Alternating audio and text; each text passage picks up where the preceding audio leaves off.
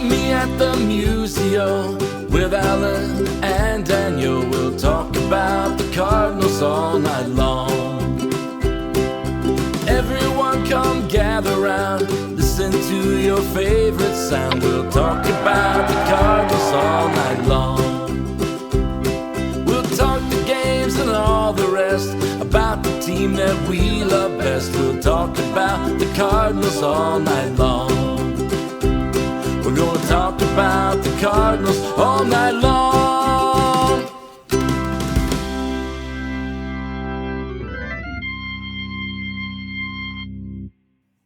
Good morning. Welcome into another edition of Meet Me at Musial. I'm your host, Daniel Shoptaw at C70. With me, as always, Alan Medlock, A Medlock 1.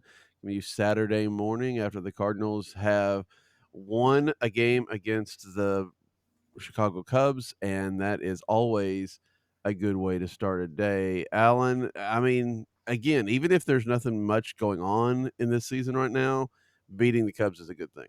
Oh yes, and following up off of a series, I felt like they were destined to lose in LA. You know, you come in and win that, come home, have a little momentum. You see good McGreevy last night. It was fun. You like we talked about before the show. Yeah, you're still teetering in that 4.5 game range out of a playoff spot. You know where they are. They know what they are at this point. It's exciting just to go out and just watch them play. And there's part of me that's exciting as a fan just to go out and watch it without a lot of pressure. You know, I know that sounds kind of silly, but just get home Friday night, Cubs Cards. You know, it's kind of fun to watch, and I'm sure this is going to be a topic brought up later. I know we don't do much planning and shoot from the hip, but I felt like they did kind of a smart move in bringing somebody in that would also sell some tickets in Molina last night too. So there's a little bit of added energy to the game and in the weekend series, and it was fun to watch, and it's kind of fun to see some of the young guys perform right now. Let's talk a little bit about Molina being there. I don't know. I mean, I understand. Yeah, it brought an energy to the ballpark. I'm no doubt about that. But I think it was announced too short to really do much Yes. for ticket sales. So, but I think it's interesting. I mean, one, we've not seen Yachty, right? I mean, Yachty, even though he was famously under contract last year, we still didn't see him. So for him to be there is interesting and fun. But Ollie Marmol invited him in, and I wonder what that thought process was. I mean, I don't want to say the negative. I just wonder if it's like this is a team. These are some young guys that just went through a sale and they need some sort of motivation from a guy that they respect. I don't know. I don't know what the case may be, but it's very interesting to see that Yachty was back in uniform. Yeah, the I didn't read a whole lot into it. I was excited to see that it was going to happen, and then I saw just some social media blurbs and whatnot about yeah, just that it was happening and that he was in town and was glad to be invited. Had planned on coming, but was invited to be in the dugout and one of those things too. So not sure the motivation. I mean, it's one of those that I feel like they probably jumped all over it as quick as possible because he's never. I don't know if this is. There was comments last night after the game, or maybe it was even before the game of, we hope this isn't just a one-off, and this is from Yachty Mhm. himself, and hope this isn't a one-off, and I hope it happens more. But I don't. I think that everything in the Molina world runs on his time. And Yeah. I think that I wouldn't say burned by it, but I don't know if they'll ever count on it, if that makes sense. And it's one of those. My first thought too was, man, this was late. This was in a late announcement. Well, heck, they probably invited him 2 weeks ago, and then he just probably committed about the time that it was announced. So, I don't know. I'm not sure what the motivation was. I mean, it says a lot that to me that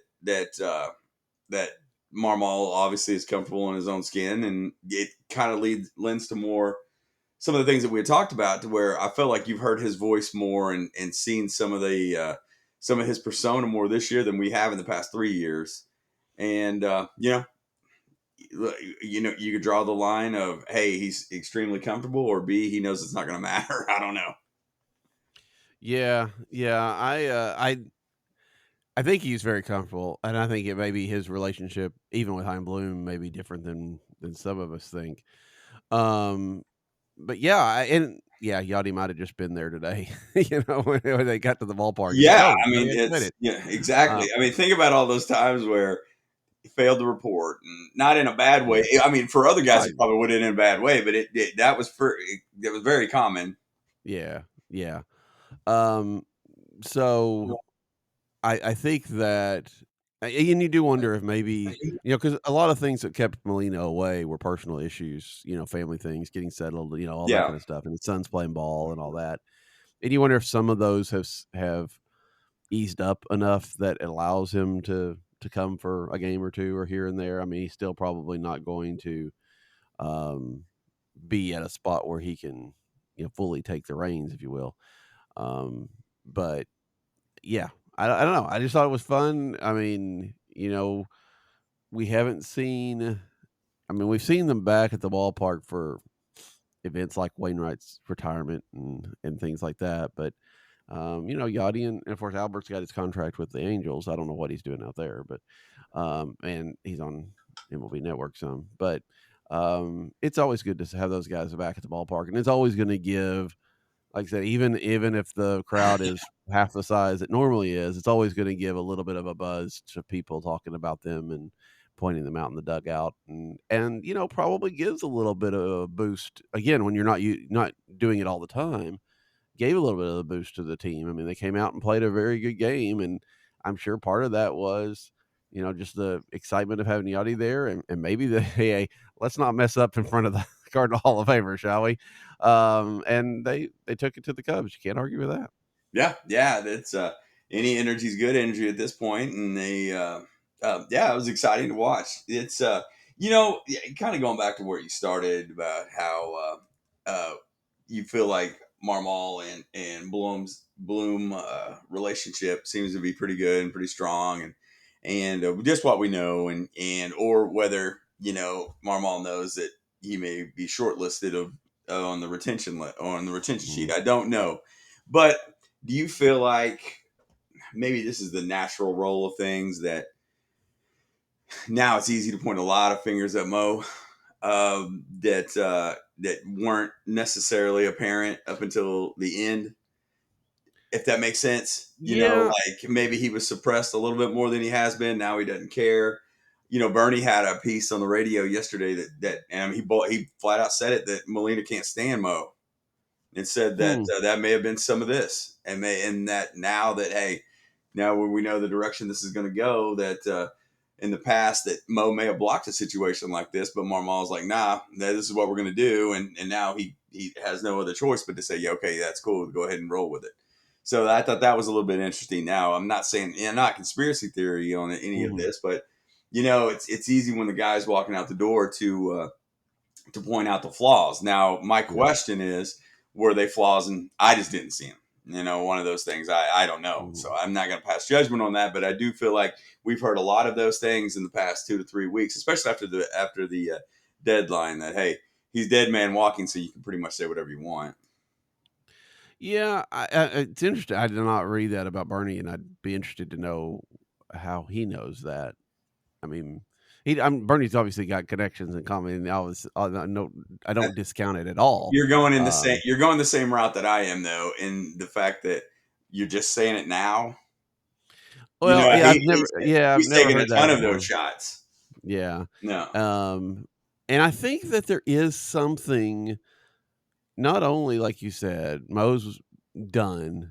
I mean, there's really like we said, what are you going to do between the trade deadline and the end Yeah. of the year? I mean, obviously there are things we saw this week that the Cardinals claimed what Jorge Alcala, I think from the Red Sox, and that's a situation we'll talk about in a little bit. But still, I mean, there are small moves, there are things here and there. There's people to call up, there's people to send down, but for the most part, Mo's probably got some time to start packing his office if he wants to. Yeah. Um, but I wonder, I mean, not only is it easy because, okay, yeah, we don't really have to worry about him anymore, so we can say what we want to say.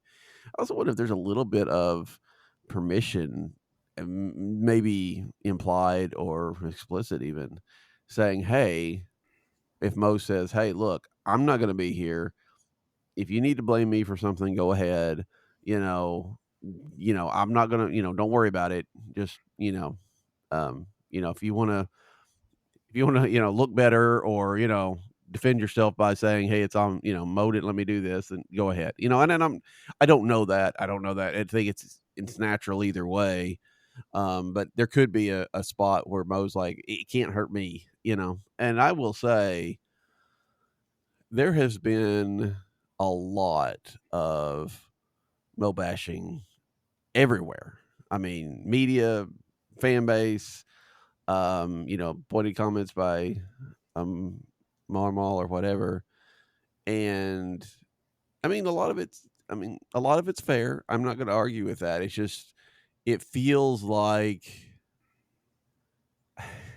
it feels like that quote from Batman, right? That you either die a hero or live long enough to see yourself the Yes. villain. And it feels like Mo has stuck around long enough that unless he had somehow pulled out a World Series this year, that the image of him was going to be a bit tainted. Now, 20 years down the line, are we going to look back at the entirety of Mo's time and a little bit more fondly? Probably. But I got to say, this last, it depends on how you want to measure it too. I mean, you could go back for 5, 6, 7 years probably, but definitely the last 3 or 4 have been, pretty disappointing. And so that's going to put a real shade on it. Yeah, yeah, and it's you're right, and I thought you hit the nail on the head on that. Where you stick around long enough, it's all going to be your fault. Which leads me to something that you and I talked about. I don't know if it was last off season or the off season before. Is this what you want to see in a Molina being the manager? Because this is what happens. You get hired to be fired. I mean, is that Yeah. anybody that's calling for this to happen? This is the end. You know what I mean? Or very less ceremony, and it ends like Matheny. So I mean, I give caution to that move. Yeah. That's because they all end this way, and we're seeing it on a not I wouldn't say we're seeing it on a scale of 4 or 5 years with Mo. Maybe some of his own doing. We don't know. We don't know who's actually calling the shots at this point. But yeah, I mean, this is what it's going to look like. Is that what we want? Is the run for a couple years? If it was potential, is the risk or the risk reward factor? How gratifying is it going to be if Molina's in that dugout? Because it's the fallout's going to be bad as we're seeing right now. And honestly, I think if Yadier Molina wanted to succeed Ollie Marmol as manager, his best chance was to have done it before Mo left. Because I think Chaim Bloom, if he replaces Ollie Marmol, and I was reading something this week, I don't remember who it was, maybe Joe Sheehan's again, I don't know, but the idea that they might let Ollie go into 2026 as the lame duck and let Bloom evaluate a little bit more in that position and not make that change immediately. I mean, we'll see. I wouldn't be surprised either way. But I have a feeling that whenever Bloom makes his first managerial hire, it's not going to be somebody that necessarily has the ties to St. Louis like we have seen in the last few years. I Yeah. think he's going to bring in a guy maybe that he knows from Boston or Tampa Bay or somebody that is making a name for themselves as, a young up and comer or whatever, that works well with the front office and everything like that. I don't think there's going to be that tie to, let's go get Yes. Skip Schumacher or let's go get Yadier Molina or let's go get Albert Pujols and let them manage. Because I really think, Chaim Bloom has no relationship, as far as I know, with Yadier Molina or Albert Pujols. So how does he then, with the way that front offices are tied into the managerial spot so much now, how does he get along with those guys who are famously big personalities who would probably not necessarily care for Chaim Bloom telling them what they should do as a manager? So, I'm not going to say that he won't hire them, but I think that it's much more likely we get a guy completely away from St. Louis that comes in and be the next manager. Sure, I agree with that wholeheartedly. I think that was the I feel like that was the whole pull with Bloom anyway. You know that hey, we need to break the mold a little bit here, but we're a little insular. You know, and I think that we've talked about that sometimes they're in a silo and they've had a hard time getting out of that. Now, my warning is we got to make sure that the ones that created it aren't the ones making the decisions, essentially. And I don't know if there's anything you could change on that. You know, we're going to have to trust the process, or that basically the DeWitts are going to have to believe in the new movement more than anything, because I'm not so certain that that's not where it started. And I feel like, yeah, I think that they probably do, because they brought in Bloom to start with to do his little audit. Yeah. And then they went ahead and liked the results of what he did so much that they, put this plan in place of him taking over for Mo. I think that I feel like the whole tenure of the DeWitts from all the way back to 1995 is they have been very hands off in letting their front office do whatever they want to do, the approach that they want to take, to the extent of the budget, right? And Yeah. that's where they have their control.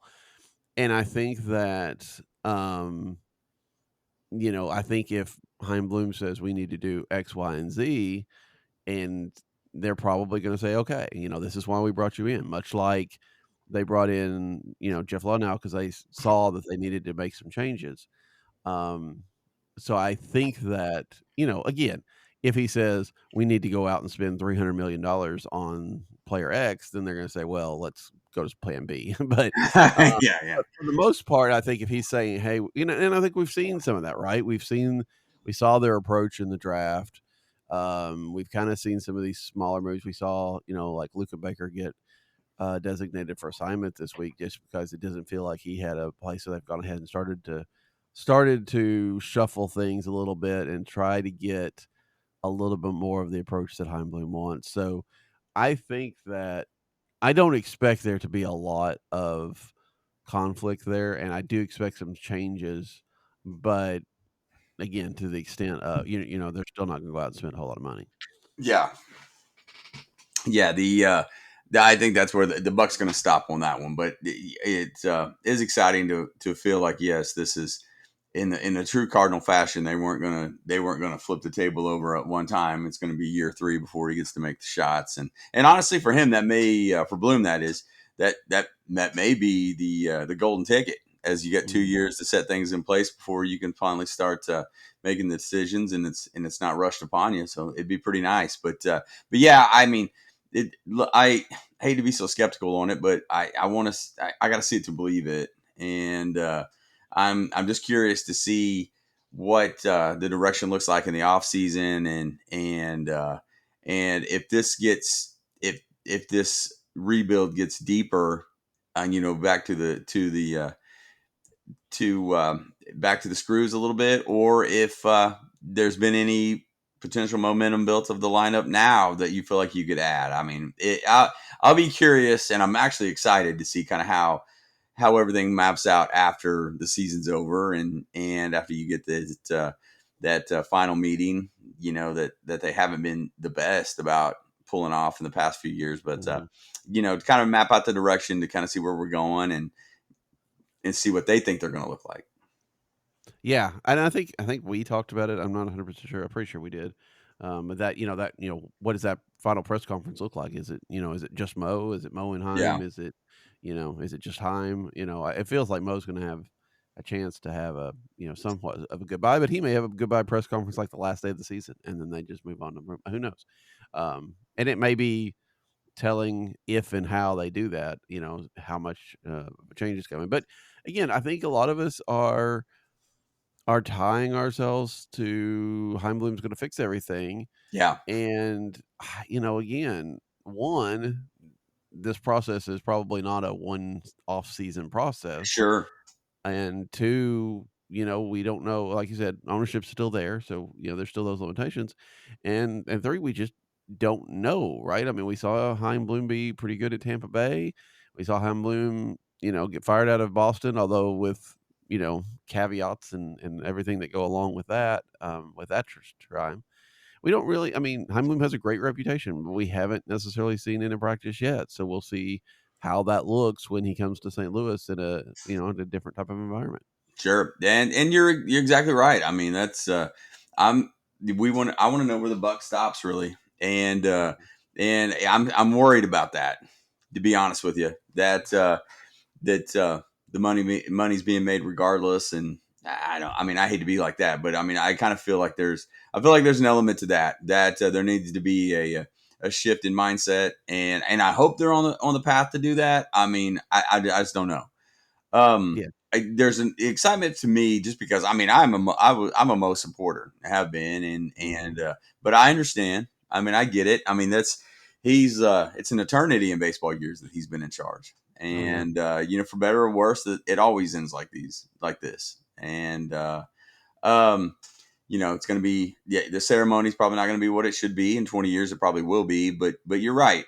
Now, all that being said, there's an element to me that's pretty excited about the direction, and not necessarily, hey, I love what I see in the lineup now. I think that it's close. It's not that. It's just a fresh outlook, and I kind of want to see. I just kind of want to see what that's going to look like, and you know, more than anything, I miss the plug and play minor leaguers ready to come up and contribute, and we haven't had that in a while. And I hope that whether it's next year or a couple years, I hope that we can get back to that, to where it's like, okay, player A is here, and let's see where we go with this. If that makes any sense at all. I felt like that's where, to me, that you could start seeing the cracks in the facade, because the guys that they would call up that you really thought would give a spark, it was never more than that, more than it was just kind of the status quo, and hey, let's be patient here, and there was never any energy. And that's the one that's the toughest for me to follow. Yeah. So talking about these players, we talk about a young core and all this kind of stuff, but are we getting to the point where these players are, no matter who we're talking about, not really good enough to be a core of a very successful team? I mean, we're seeing obviously a great season out of Brendan Donovan. You know how much I love Mason Wynn. But it also feels like, if Donovan's your best player, that's your problem, right? I mean, he's a good player to have, but you need the bigger player. Well, And I don't know that the Cardinals have that bigger player. I mean, we thought Jordan Walker might be something like that, but I'm not sure. He's got his own issues. We'll talk about him maybe in a bit, but and they don't have anybody. They don't have, even if Nolan Gorman gets into his power, there's not a lot around that. And I don't know. I just don't feel like they've got that real superstar to build around. And they've got a lot of good players, complementary players. They just don't have anything to complement. Yeah. No. That makes a lot of sense, because that's kind of how I feel with him too. Is on the Walker, I know we'll talk about that in a little bit, but that's a lot of pressure, because I mean, I was guilty of that. Sure. I was like, man, they finally have that middle of the order bat that they need, and bring him up, and I'm a big Walker guy and feel like that he does need a couple more years of patience. I just don't know if he's going to get it, but yeah, it's been tough on him, and that's because there was the savior factor. Whenever they were coming up, it was Wynn and Walker, and and actually Scott as well. One of those situations where you thought, okay, this is that next core group. But yeah, you're right. I mean, the whole roster feels like a whole bunch of threes in a rotation, maybe a couple twos, but it still lacks the one. And that's where it's tough, because I want to see where they can improve that, because I mean, I'm a Win guy. I love Donovan. I like Walker. There's other pieces. I mean, I honestly, I don't dislike the roster, but I do wonder where there is going to be that pivot point to where they are going to have to bring in the superstar, because I don't think they're going to develop it. Because here's one of those things too. We talked a lot about Weatherholt last week, and I think that there is a big big push to think that maybe he needs to make a debut this year because he'll probably be on the big league roster next year. Isn't that basically Donovan too? I don't know if that's where he's going to tap out. I mean, and it may be a multi-career year all-star, I don't know, but does he check the boxes of what necessarily the Cardinals need? And I don't know if he fits that mold. It's an interesting question, and we'll have to see. I mean, because, we are thinking about a guy, I'm thinking, the middle of the order guy, but yeah, agreed. I mean, I think Weatherholt could be, I think you'd like to have somebody better than Weatherholt on your team. Yeah. But if you put Weatherholt with some of these guys, you're at least going to be a contending team, right? Yeah. You may, I think. Now, again, how much of that is hype for what he's done so far and everything? But I know, obviously had a great reputation and had a chance to be 1-1 in that draft. But, and again, we're spoiled, right? You'd like to have I don't want to say, an Albert Pujols type of 300 hitter with 30 homers, right? That kind of thing. And those kind of guys are hard to find. They were always hard to find, and they're harder to find nowadays. Sure. But I think if you could just find a consistent offensive threat, and a consistent offensive threat that's hitting you doubles and homers, which Weatherholt could probably do, that would go leaps and bounds over, and really might just be the spark that the rest of the lineup needs. Yeah. If somebody that can just, for the most part, obviously baseball, you're going up and down, but if you could be a fairly consistent guy with that kind of thump and allow others to kind of be a little bit more highs and lows, and be able to pull them through the lows, that would be helpful. I think. But we just haven't seen that. And like you said, we've seen a lot of guys come up that have so much promise and they just haven't delivered on it. Yet. And they're young, but they're also, we keep saying, they're young. Yeah, they're young. But Nolan Gorman's going into his first arbitration year. Mm-hmm. Newbar's going into his second, I think. The young is starting to wear off on a few of these guys. Sure. It's about time to, if you're getting 3 to 4 or 5 years, you've got to either you've got to start producing, or that really tells you what's wrong with the minor league system, that they're not ready to go, like you were talking about. They're definitely not plug and play. I saw something this week, and I've forgotten who put it out. Maybe in Redwood Farmhands. But there's an idea, a poll about, is Walker, in your mind, penciled in for a starting spot next year? Is he guaranteed to be one of the outfield spots starting opening day 2026? What do you think on that? And that's with the idea that I think yes, but is that bringing everybody back right now? I don't know that. I think you could take it however you wanted to. Okay. Here's, if you want to know that offensively, to me, and what he's done defensively enough, I think if there's an outfielder that's probably maybe more, I won't want to say in trouble, but probably going to need to prove himself a little bit more. I think that you're going to run into a situation where Scott could turn into that extra defensive outfielder really fast. I say that just because that offensively, that's a problem. There's a lot of lift there, and I know that there's a little bit of home run power, but he doesn't get on base enough he would have 60 stolen bases pretty easy, honestly. Mm-hmm. Probably needs to, I know this is against, popular opinion, but probably slap it on the ground a little bit more. My thing is if you're going to bring back, if let's say Weatherholt makes the opening day roster and he pushes somebody out, and the ideology is that Donovan's going to be your everyday left fielder, I feel like the outfielder that probably loses the time in that situation more than anybody's maybe Scott. But I guess it's the value defense factor on it. And if that's the case, then we'll probably be in the offensive issue. Or I say we, but the Cardinals will be in the offensive issues that they that they continue to be, and just hope that weather holds the guy that can get them out of that. I don't know, but like I'm a big Burleson guy. I feel like Donovan and Burleson are the hardest outs in your lineup, and you need to play him.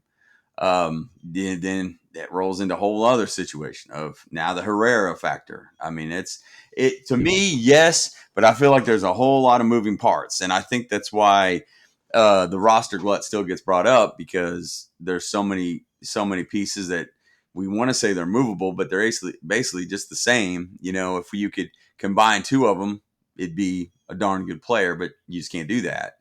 To me, to answer your question, yes, I think so. And I think that this finish enough is going to show that he's probably going to be your everyday right fielder next year. If he's on the roster still, I don't know, but to me, yes. Just because if you're looking for thump, I mean, that's where you have to go with it. I mean, yeah, in theory, although, like I said, last night was the first home run he's hit since he came back off the injury list. And while he had been hitting better, I just looked at it. Before last night, he's hitting like 290 in that stretch, but he had 6 doubles. I mean, he wasn't necessarily hitting it for power. Sure. And maybe that's get your feet, established, and then you can start tinkering with that. Or maybe he's adjusted and you can't do both. I don't know. I think it does illustrate, as you said, how much that they're going to have to move some people this winter. And that's, and maybe that's a better time for it. I think there were arguments to be made that they could have done it at the trade deadline, but maybe winter's a better time for it, because, just right now, like you said, Burleson's going to play if he's here. And so that's one outfield spot, and Herrera, it looks like he's going to split between that and DH. And then, center's got to be either Scott or Newtbar, and Newtbar's a step down, and he's got his own issues.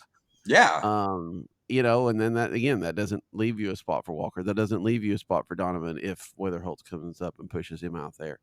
So it really feels like, and we've talked about this a lot, but maybe with the change from Mo to Bloom, it'll actually happen. They've got to trade at least 2 people off this roster to make this kind of work for next year, right? Unless we're going to, because I think we've shown that, kind of spinning wheels and letting somebody play every 2 or 3 days as they kind of work it in, that's not going to cut it, right? I mean, They need to have, especially this, younger type of line, they need to get guys out there that can play every day. And I think, again, to give the Cardinals credit, they said this year was going to be about, runway and letting people play. And they've done a lot of that. I mean, they've shifted people around, but, Victor Scott has played, even though he's offensively struggled. When they've had a chance to play Nolan Gorman regularly, they have. I know everybody says, well, here's, Walker's not played for 2 or 3 days and all this kind of stuff. And that's true. There's some of that, but some of that's just, roster construction, and you've got to play that. But I feel like for the most part, they haven't worried about results as much this year. They've let people play. The only factor has been trying to get all the people to play. Sure. And I don't I want to be clear on this. I would love a constant up the middle of Wynn, Donovan, Scott. I wish that it would all worked out to where that's where you could be, because defensively, I think that's elite. And I'm the pro defender person, period. But if you're struggling to score runs, you're going to have to do something. And that's kind of why I would love for in a perfect world to be that Walker to be your right fielder, and not necessarily live up to those expectations, but be the league average hitter with 25 to 30 doubles. I mean, that's I would love to see that. But I think the potential's there. And I feel like then if those guys hit and they're in the lineup every day and perform, then you can afford a Scott in center field. But if you're looking to get a lineup that's tough and tough to turn over, I mean, like the one that stands out to me is how tough the Padres lineup is to turn over, and they get forgotten out on the coast. But just watching them, you're just like, they don't have a lot of automatic outs. And if you get into trouble and it gets to the top of the lineup, they're scoring some runs. The Cardinals don't have that. And I would love for it to be with this roster. I would love for Burleson and Walker to find their power, and Contreras is what I love Contreras, but he is what he is, and he's essentially your best bat. You need the complementary pieces around that, and I don't know how much of a step up that they need to get, but that's the thing. Can you bring somebody in that fits that, or are we confident enough that these guys are going to? And I think that confidence is slipping. Yeah. I mean, we saw at the beginning of the year that if this lineup does what it can do, it's very, very good, right? Yeah. I mean, we there was a reason everybody wanted to build Brant Brown a statue in May. But the problem is, I mean, and that's partly youth, partly adjustments haven't been made, whatever, that they're not going to all click at the same time. Yeah. And so, when that doesn't happen, and especially, if Contreras cools off, which he somewhat did, and then, Brandon Almon's only going to do so much, and Mason Wynn. I mean, and Mason Wynn is still a guy that he can do a lot, but Sure. most of what he's going to do is going to be, maybe well-timed singles. I mean, he's obviously got the power. We've seen him homer. We've seen him double. I mean, he's got that. But it feels to me like he's the guy that's going to get you. He's more likely to get you that single with a runner on second that gets the runner in. That kind of thing. He's a good player, and I very much enjoy having him. And he feels like, to me, he feels like the most. And again, the numbers probably don't back this up, but it feels to me like the most clutch guy that's there. If you want to say that, it feels like if there's a guy on and Mason wins up, I feel pretty good about it. Sure. Maybe Yeah. more than anybody else. And I don't know. I think that, I don't know. I just think that there's going to have to be some significant changes. But the problem then becomes, we talk about, trading these guys off. What are you going to get for them? Yeah. And then there's not, I mean, Weatherholt's coming up through the system and he's about ready to go. But after that, there's not necessarily a hitter that's going to be around anytime soon. Right. And the hitters that are down there, aren't necessarily, I mean, Joshua Baez is at AAA or AA, and he's kind of slowed a little bit since he went to Springfield, but he's obviously got power that if it all clicks would be great. And, there's others maybe that are potential, but nobody just kind of stands out, right? Nobody's like, this is your next guy, except, a few catchers that, we got our own issues on catchers.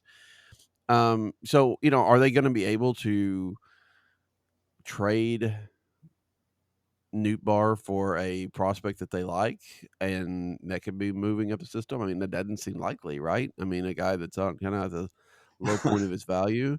I Yeah. mean, maybe that's where, and again, maybe that's where you trade a Burleson, who is, in theory, very high value the way he's played this year, and try to get back, some sort of hitter that's a year or two away that could be put in your system. I just don't know how Heimblum approaches this, because we see the flaws, but the assets that they have to fix those flaws aren't that strong. Yeah. Yeah. A lot of the same. Yeah. A lot of the same mold. Yeah. I mean, it's where they are. You know what I mean? And we knew it, and there would be this kind of, head scratching this year about how it would look. And now, and I don't think there's a whole lot of clarity. Played well at times, probably even at this point, playing a lot better than people expected, or maybe even wanted, really. But Yeah, it's that adds to the intrigue of the offseason, to see what kind of decision they make, because you do fall in love with these guys, but you fall in love with them because they can perform, and that is the allure for other clubs as well, because no one sings Burleson's praises higher than Marmol. Yeah. And, he said, hey, listen, he was given a chance, and now he's an everyday guy. We just can't afford to take him out of the lineup. Yeah. And, is that, I mean, have they succeeded on that runway to now they just need to add, or is it, hey, we're a few more years away and we got to roll this into something now that maybe three somethings, you never know. Yeah. I mean, I think that's the kicker. I mean, because And we talked about this a little bit around, trading JoJo Romero at the deadline. It's like, JoJo Romero has the contract through the next year, but do you really expect? I mean, do the Cardinals, and I don't know how they could, but do the Cardinals expect to really contend next year? And I think it's going to be kind of iffy, right? I mean, they could be what we've seen this year, a team over 500, but not by much, and Yeah. not really in the whole scheme of things. I think that it feels unlikely. I mean, baseball happens, and you never know, but it feels unlikely that you're going to be a team that's going to be fighting down for the division title or anything next year, and that you need a closer. So why do you not trade Romero at the deadline when he's got a year and a half of control and probably brings back a bigger package, rather than waiting until next year at the deadline, which we have these whole conversations of Helsley. He could be hurt, he could be ineffective, Yeah, that's or he the could just life of be a big league reliever. You're right. yeah, That's the gamble. yeah. Or at best case scenario, he has a great year, but he's also only has 2 months of control. Yeah. So you Yeah.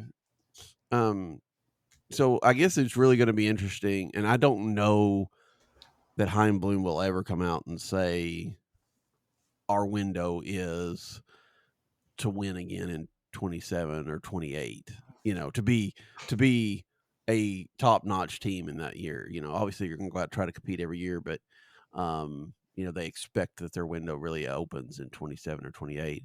I don't imagine he'd say that, but I think it would be very interesting, because that would inform, hey, Nolan Gorman's going to be a free agent by then. Maybe we go ahead and trade him, especially if he has a good September. He's playing because, maybe playing because Nolan Arenado's not playing. We'll talk about that in a minute. Yeah. But if he gets some runway, he gets some consistent at bats, consistent looks, and looks good, maybe the Cardinals move on. And I think the other thing is, we have investment in these players, right? We've seen them come up and all that kind of stuff. And Joe Mozeliak had investment in these players because he was, they were the ones that he drafted and all that stuff. Chaim Bloom has no attachment to these players for the most part, right? I mean, I'm sure he has interactions with them or whatever the case may be, and he has his favorites, whatever. But he doesn't have the pull of, this was my guy. This is the guy, like Alec Burleson. He was a guy nobody really believed in. We got him in this spot. He's bloomed. No pun intended. And I don't want to let go of him because it kind of shows how smart I am. Chaim Bloom is like, he's an asset, right? I mean, I think that he might be a little bit more dispassionate about some of these players and moving them out than the the front office that drafted them would be. Yeah, it's. I think that some of that detachment from the roster is exactly what they needed and what they were looking for to do. And I think that's some of the roster overhaul and the 2 years build up and all those things of hey, let's get our playbook built up here and let's figure out what resources we have. But bottom line is, I don't know these guys very well, and it's going to be easy to tell them what we're doing. I think you hit the nail on the head on that one. I mean, let me ask you this though. I get this is stupid in theory, and you basically what the answer is going to be. But in a situation that we just broke down the everyday lineup and thought, hey, is Walker going to be a part of that? Do we have this and this and this? How much better do they look if they go and sign 2 horses that Bloom believes in his evaluation process? Said, hey, these are guys that we can target and we can bring in. Do we have the money to do it, considering that we're still young in our lineup? If you do that and figure out catching, do you look a lot better next year? I mean, does the offensive do your offensive struggles really show right now because your starting pitching's terrible? And there's something to be said for that, right? I mean, we thought going into the year that the offense would be good enough that it would mask some of the pitching problems, and obviously the offense hasn't been good, and the pitching problems were more exacerbated than we thought. I mean, but if you don't have Fetty and if you don't have Michaelis in your rotation and you replace them with, Sonny Gray or something like that level players, I mean, it's definitely going to help.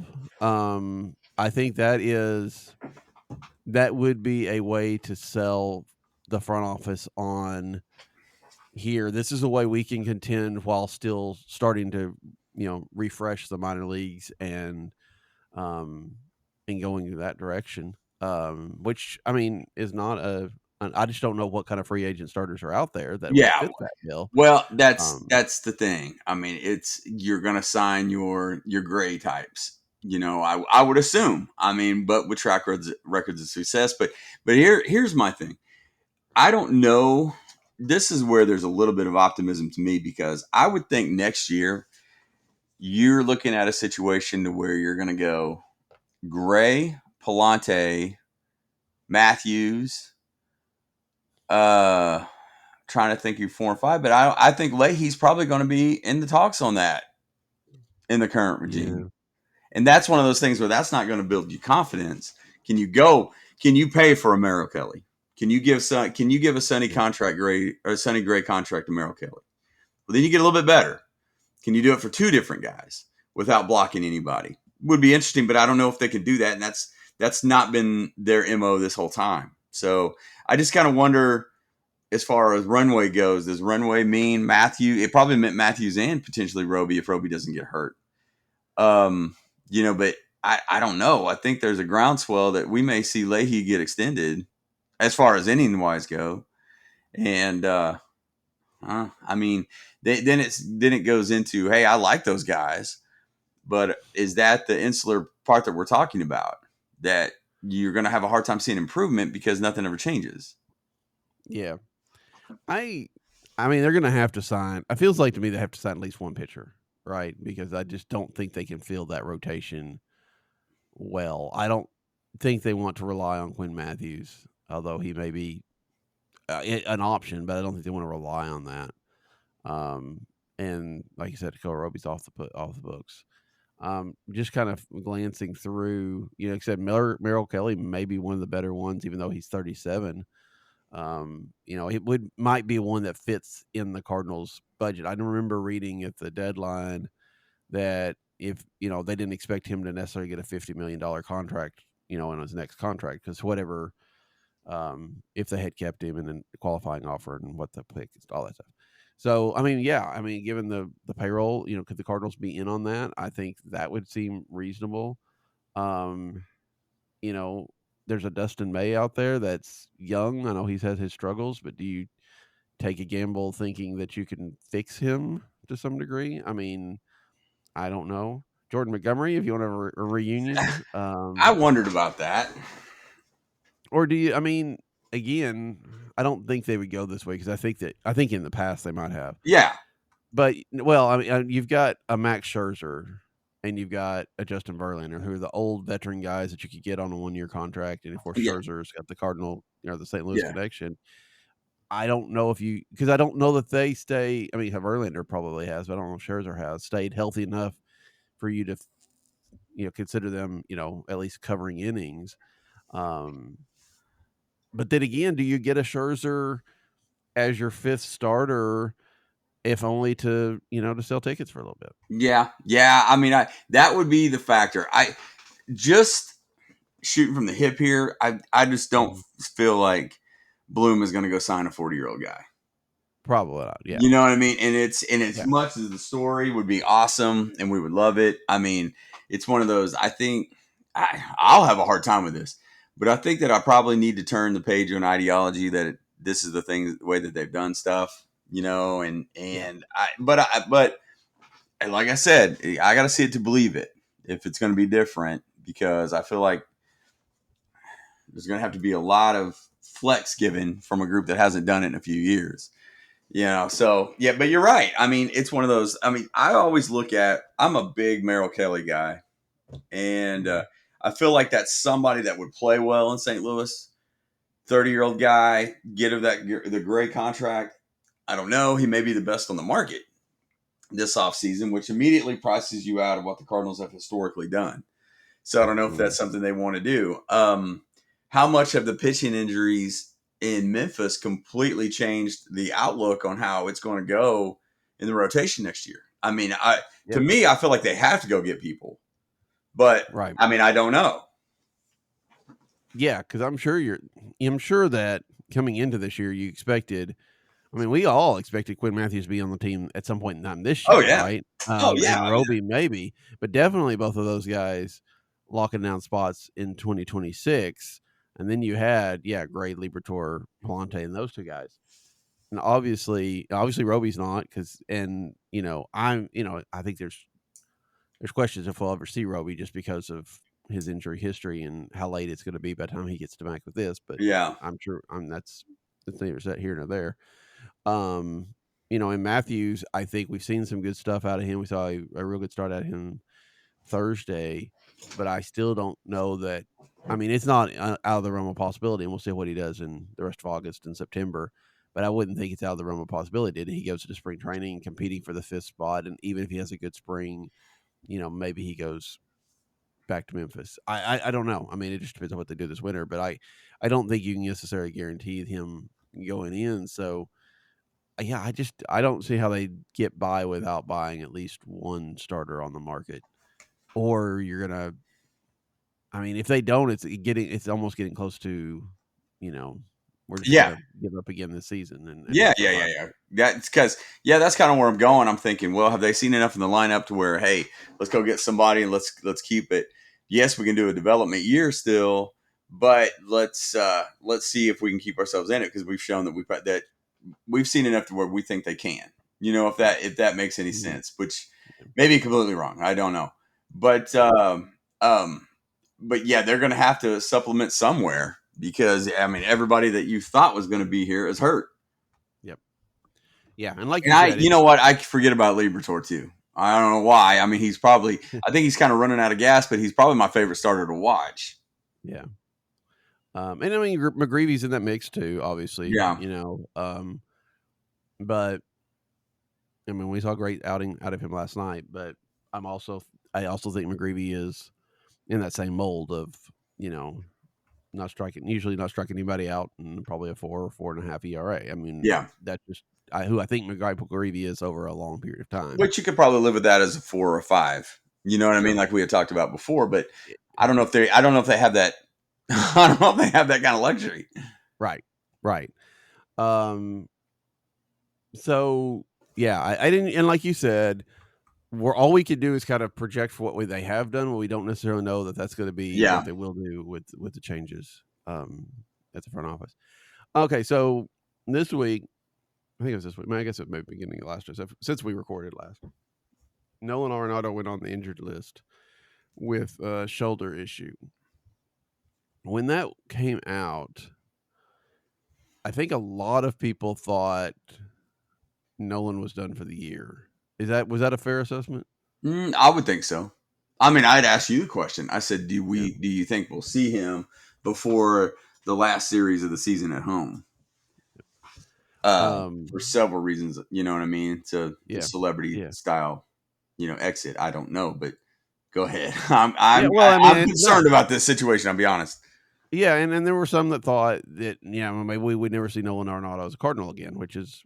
But then we also, this week we also found out that he's now gone to Jupiter to try to strengthen that shoulder and might even play in some minor league games before he returns. And it sounds like, I mean, from those reports, you're looking at a couple weeks. I mean, he'd probably be back by the end of the month. It's very difficult. I know what the team probably needs to do with Nolan Arenado, even though I don't like it. It's very difficult for me to get a grip on what Nolan Arenado thinks right now. Yeah, agreed. Because it feels like, I mean, obviously he's a guy that wants to win, but he also and it really seemed like the trade deadline shook him up. Like I don't know if he wasn't expecting it or really hated that it got to that or what, especially the trade for Helsley. But then again, and now he's good. He could have easily just taken the rest of the year off. I mean, nobody would fault him for that at all. Strengthen your shoulder and then you can get into the winter.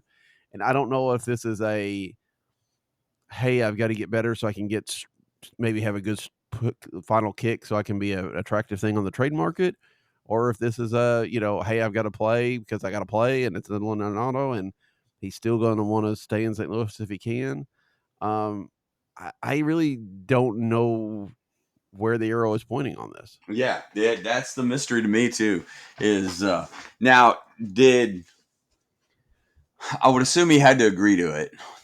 Just veterans' rights and in all those situations in his contract that, hey, Yeah. I'm hurt. Let's see if I can rebuild this back, rebuild value. Mhm. I feel like that's been the past 2 off seasons. And yeah, I'm an Arenado guy, but you do wonder where this ends. I mean, can you explain the contractual obligations for anybody listening? And they probably know more of why you couldn't put him on waivers, or I'm under the assumption that he has been put on waivers, correct? Not as much as no, he hasn't probably had I mean, one, we'd have heard about it. Back in the old days, as we get old, get Yeah, the rocking chair out for some story time. Now, back in, before they got rid of the August, waiver deadline yeah, where you could trade players, most everybody went on waivers at the end of July just to, and then they cleared and then they were free to be traded on August if you had any which I liked, but possibility. But yeah, yeah, and I did too. But if there was any possibility, just because somebody put them on waivers, they were revocable waivers. So yeah, if Nolan had been put on waivers and they, somebody like the Cubs who claimed him and they didn't want to, they could pulled it back. But if he cleared waivers, and you could trade him until August 31st. Nowadays, without that, I don't think they put people on waivers unless they're going to get rid of them. I really don't think that they do. There's no particular reason now. He could go to the minors, like you said, as a rehab assignment, his idea or the team's idea or whatever. He could agree to it. Those kind of things. We see that a lot with veteran players. But being that he has the contractual, 10 years in the big leagues, all that kind of stuff. He's not going without his permission. And it really sounds to me from the way I've read this is all his idea. I think like I said, I think the Cardinals would have been just fine with him just packing up for the year because that means that Nolan Gorman could have played a significant amount of time. And we've seen his defense over there, so probably needs some of it.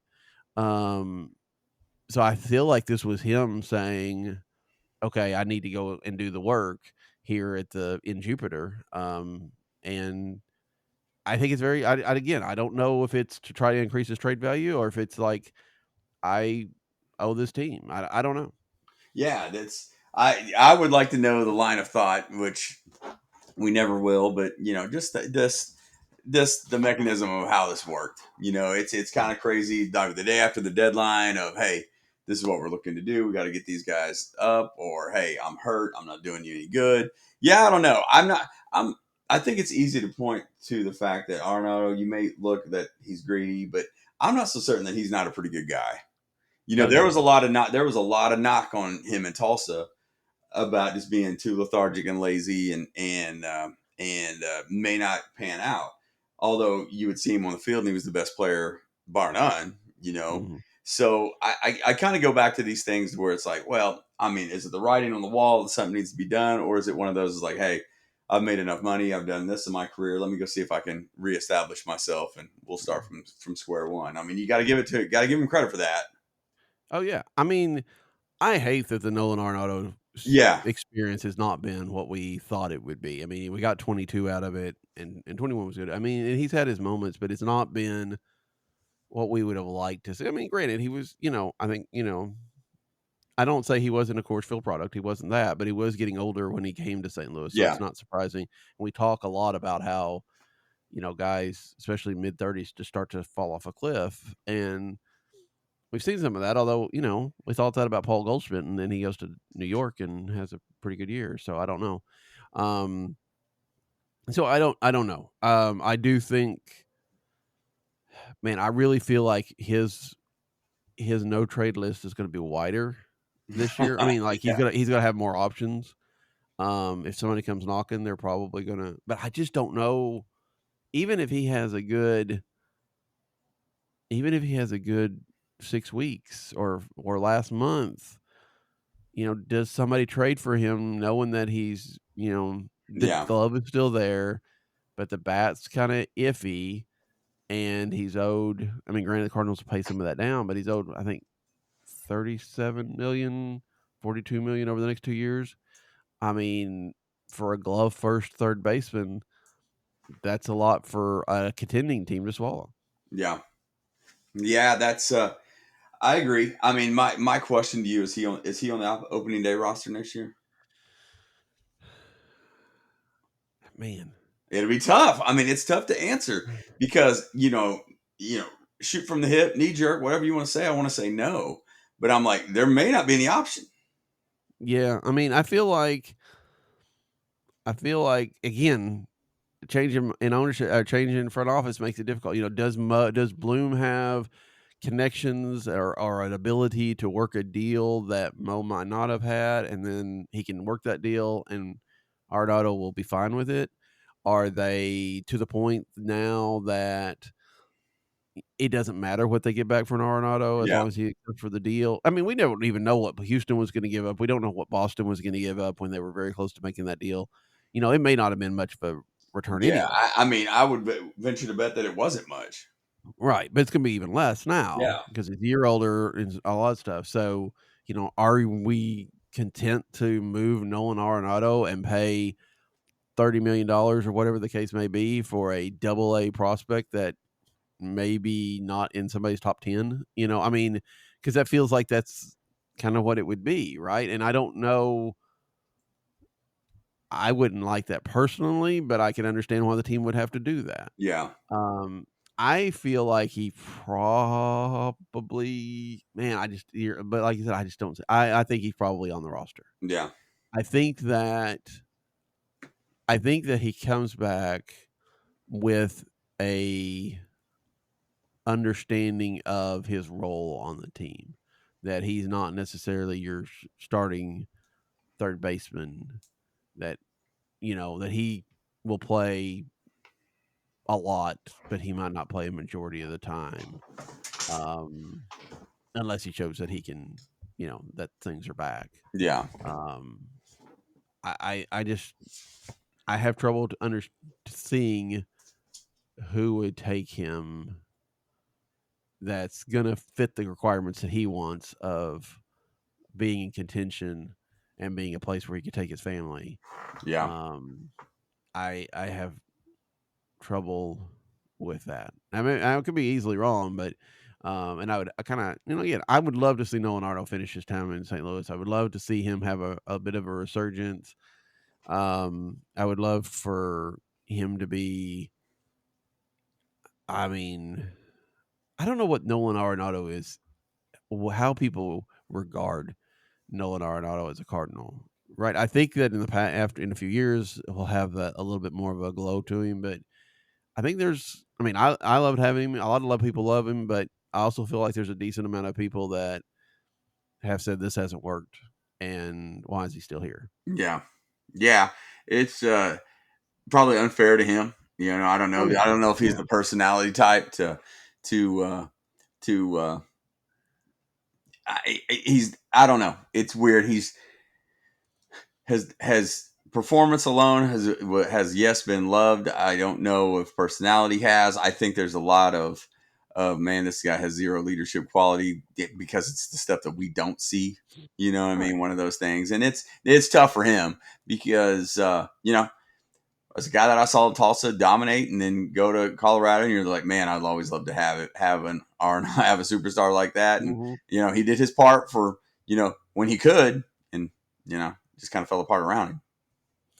Yeah, yeah, and I think that we do talk about that leadership, but then we also hear a lot of the young players talk about Yeah, how good he is, yeah, and how much they like him, and and granted, some of that is what are you going to say to the media, but I feel like he's made a presence there. I think sure, that and I feel like he's probably grown over the last couple of years in that too. Of hey, I know I've got to get better at it, and I think he's even said that. Um, that being said, it's still, I wouldn't say it's Nolan Arenado's clubhouse or anything like that. I mean, it's probably Wilson Contreras' clubhouse if it's anything, right? yeah, If you're looking at the main leader. So, um, yeah, I don't know. I think that's it's a thorny question, and um, I think that if he's there, we've talked a lot about contract plays. We said that with Miles yeah, Michaelis. We said that with everything. And then there's a lot to that. I mean, that's baseball. That's not just Cardinal. That's baseball to some degree. But I also think that the Cardinals are in a financial position coming next year that, hey, if you can afford to let a $25-30 million guy be on your bench if it makes your team better. Yeah. If he gets to that level. And so I do think that if he's with the Cardinals next year, his playing time is diminished. But and then again, I don't rule anything out with Nolan Arenado. I mean, he could have he could heal that shoulder up. He could have a great run at the end of this year, or get a full winter off, and we see it put together. We've thought that a lot of times, and it just hasn't necessarily clicked. But players have a late season resurgences anytime. Like I said, Paul Goldschmidt this year. So, could something click this winter and, he's in a good spot?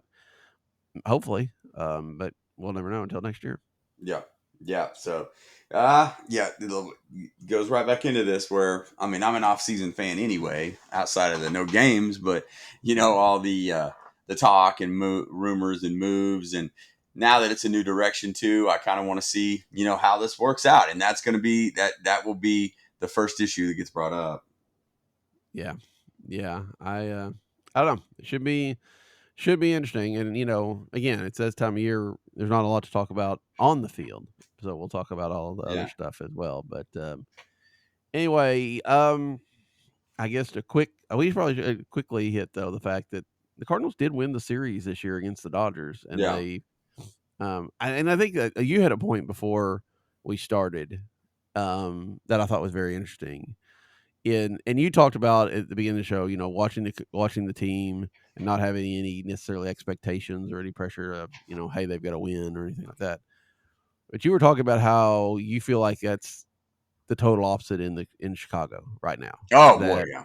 That the Cubs are ridiculously tight after watching what Milwaukee did, and how far behind they are with that. And I think there's probably a lot to that, and that may be very, very, very beneficial for the Cardinals this weekend. Sure. Yeah, I felt like you could see it. It was evident. And this is taking nothing away from McGreevy yesterday, but the Cubs had several scoring chances and had several with with 0 outs and couldn't get out of it. And the Cardinals got a couple of historic Cardinals killers, being Happ and Swanson, got those guys out in big spots. And it's one of those, and I felt like, you could really feel it with this team. Because I didn't realize, I give the Brewers a lot of credit because of the, making up 10 games since, early June, from 5 games back to 5 games up, now having the best record in the league. Of course, they're a juggernaut right now. I did not realize that the Cubs offense has gone from where it was to where it is, though. That I saw some stats last night that popped up, and Tucker stands out to where I felt like that gamble was, hey, we may be World Series or bust type situation with this roster because we're going to take our chance in the National League, to where they're in trouble. And that trade could look really, really bad if Tucker doesn't perform and goes and signs elsewhere, and Armstrong continues to go down that spiral. It is, I was really surprised to see offensively how bad they were, and I do feel like there was that they put a lot of pressure on themselves in at bats last night. Yeah, see, that's another thing. Again, I always get back to this gripe I have, but with the unbalanced schedule where we used to see teams 6 times a year, you had a better feel for them, right? You kind of knew that the Cubs would be struggling. We've not seen the Cubs all that much. I don't didn't really realize how. I knew they obviously they'd fallen off a bit, but to know that about their offense is very interesting. And if it's a miserable and heartbreaking season for the Cubs, then there is a silver lining to anything. I think that would be a great thing for Cardinal fans. Yeah, it's it was really, really, it was crazy. When I saw it, I was like, man, it's cratered. And of course, I haven't paid that much attention just because of all the things that are going on in the Cardinals world as far as the sell-off and the rebuild and all those things, and thought, well, whenever the Cardinals went to Chicago, I thought, boy, that team's a heck of a lot better than the Cardinals. I said they have a lot of ground to make up on that. And they've kind of come back down to earth a little bit and more or less just fallen off. That really, when I saw the statistic, I was like, wow, they are in some deep, deep trouble. Now, I say that and they'll probably score 8 and 10 the next 2 nights. But still, it's where it is. Oh, it's Michaelis pitching? I've forgotten. Yeah. I think it's interesting, and hopefully a good couple games with the Cardinals coming up. And then we'll be back at it next week, and we'll talk about I think they've got the Rockies and the Yankees this week. So that should be fun. I mean, it should be good. I mean, again, at least the Cardinals are kind of out of it. At least right now, they're getting some good teams to play. I mean, some interesting teams to play. The Rockies are not good, but a little bit of interesting things to see. Well, and it's one of those you have 9 games in 10 days, which is going to be tough. It's the Yankees are another team that are in deep trouble. I'm like, that's one of those. That could be a rough one. Now the crowds, I think, will be pretty good next week. But yeah. Was it good? I didn't even look last night. I mean, I hadn't had a chance to watch the game last night, but was the crowd a little bit elevated as well? Yeah. It was. I mean, it's one of those to where, your Fridays and Saturdays are going to be busy just because school's back in session and you're going to get those kids out. The weeks are going to be terrible. Weekday games are going to be terrible. But there was some energy last night. And honestly, when the Cards had a couple rallies and then got out of a few Cub rallies, there was a lot of energy in it. I mean, I do feel like the Molina factor played a part last night. Probably did not hurt at all. So, all right. Well, Alan and I will be back at you next week. But until then, for Alan, I'm Daniel. Good night. Good night. He hits it in the air to left field. Back is Chavez. At the wall. This ball is gone. 2-run home run, Yadier Molina. And St. Louis takes a 3-1 ninth inning Game 7 lead.